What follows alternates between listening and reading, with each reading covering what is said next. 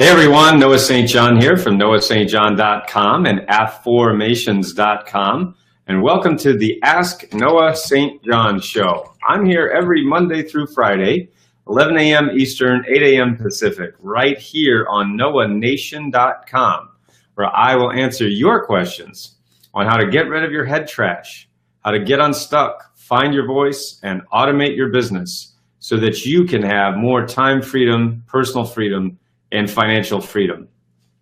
Hello again, welcome everyone. My name is Noah St. John, again from noahstjohn.com and affirmations.com. Now, our topic today is how to motivate the opposite sex. How about that for a great topic, huh? Now, what I'm doing is I'm continuing my look at some of my favorite self-help books, and some of the books that really shaped my thinking as I grew my business and as I have changed my life. And today we're going to continue our look at Men Are From Mars, Women Are From Venus from John Gray.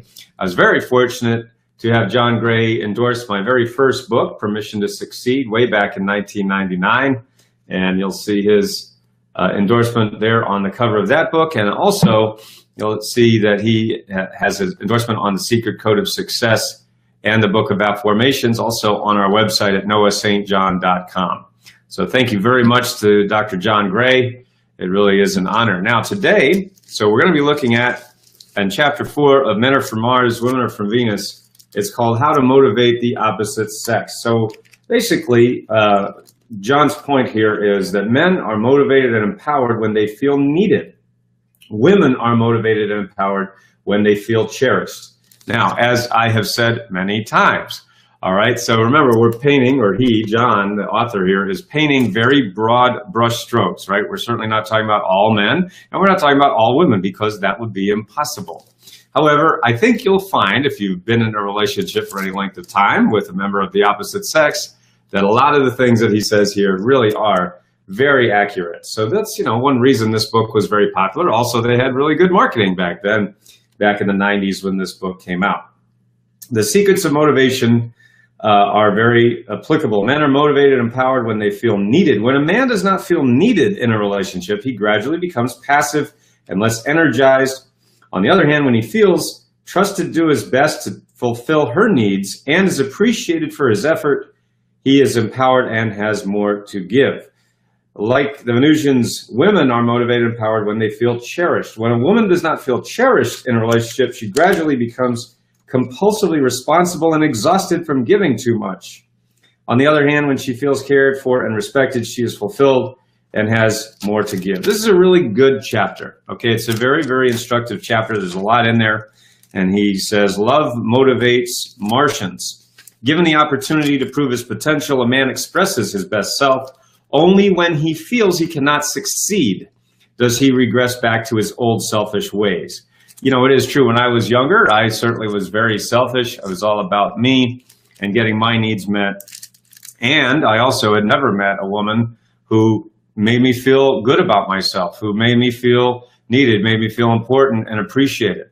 So that's why when I met Babette and she gave me all those feelings, I became very motivated to make her happy, to do things for her, to sacrifice my needs for her needs, to make her happy. Not that you can make anyone happy. I've said this many times in my work, and that you can't make someone happy, but certainly your actions can contribute to that person's happiness or lack thereof.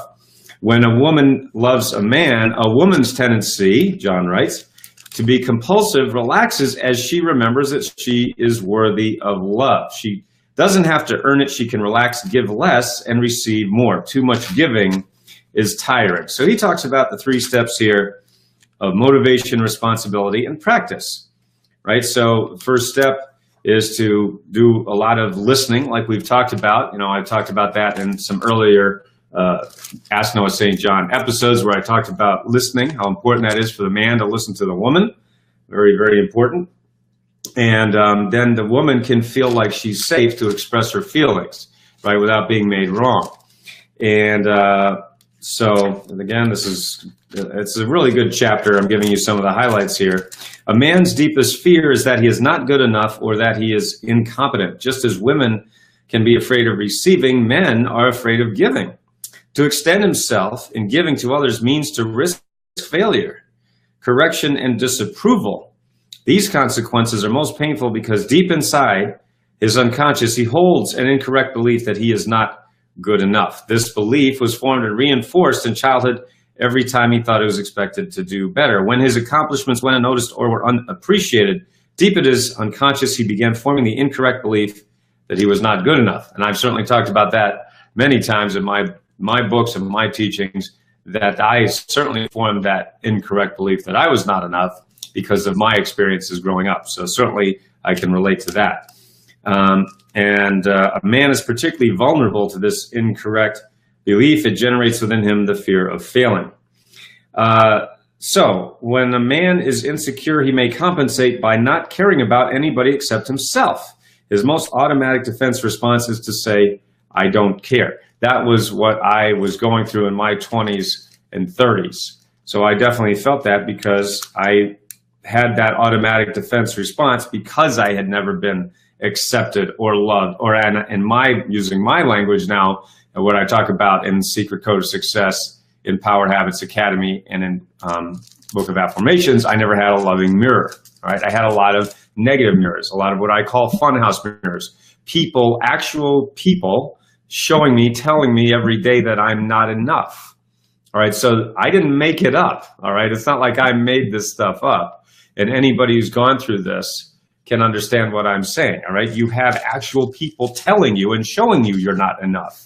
Right? I mean, that's what John is saying it in a different way than I say in my trainings and in my teachings, but we all kind of end up in the same place, which is the incorrect belief that I'm not enough, right? So that's what I call in my work, your head trash. All right, so what my work is about, and this is why I'm sharing some of these books that have influenced my thinking, starting with How to Win Friends and Influence People, going to this, and we're going to look at some other books. This is what I do. My friend Gary Vaynerchuk said to me many years ago that, just to be who you are when you're sharing, when you're teaching, when you're training, when you're talking, when you're speaking to people. And what's so funny about that is I tried for many years to change who I am, to be like the other people in this industry, the other people who are very loud, right? Very noisy, very much attention grabbing. I am much more quiet. I am much more like of an introvert. I'm a guy who likes to curl up with a good book. The problem is that those loud people got a lot of attention, and I didn't get a lot of attention, but the people who came to me got results. So now in this next phase of our journey, of my journey, tomorrow, at the time of this recording, tomorrow, I'm going to be turning 50 years old, being on this earth for half a century.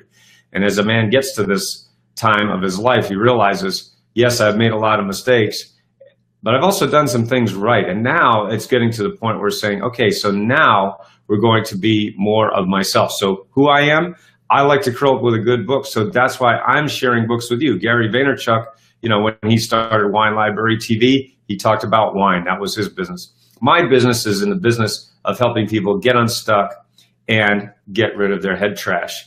And in doing so, that enables you to make more money. It enables you to lose the weight. It enables you to have better relationships. Wherever you point it, it works. So yes, I argue that your head trash is affecting everything. So I'm being myself on these Ask Noah St. John broadcasts because this is who I am.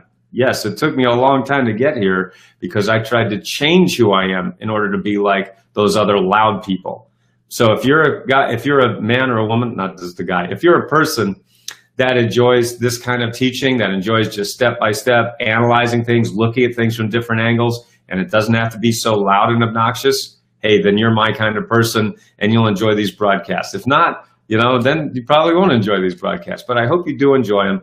I'm here to answer your questions. We're here all the time, every day at successclinic.com or our main webpage, noahstjohn.com, also at affirmations.com to help you form and grow rich. Now, so let me just end today's broadcast, speaking of affirmations, with our affirmation of the day. So our affirmation today, let me just write that out here, is this. And that is, affirmation of the day, why am I worthy of love? That was the message that, boy, I sure wish somebody would have given to me many, many, many, many years ago when I was struggling for all of those years and decades with the exact opposite belief, believing that I'm not worthy of love. What's so funny is when you believe you're not worthy of love, you become needy. You have neediness, which ironically pushes people away. So once you understand that you are worthy of love, then you can be more accepting of people and realizing that there is plenty to go around and not having to be needy and push it away. So that's why affirmations have changed people's lives. They have enabled people to get unstuck, to make more money, to lose the weight, and so on and so on. And so I'm very, very honored and thrilled to do these broadcasts with you and to share this with you. So make sure to go to noahstjohn.com and get my new book. It's called Get Rid of Your Head Trash. It's absolutely free. Just go to noahstjohn.com and download that book right now. And for everyone here at successclinic.com, I'm Noah St. John saying so long for now, and I look forward to being a part of your success story. See you next time, everyone. Bye-bye.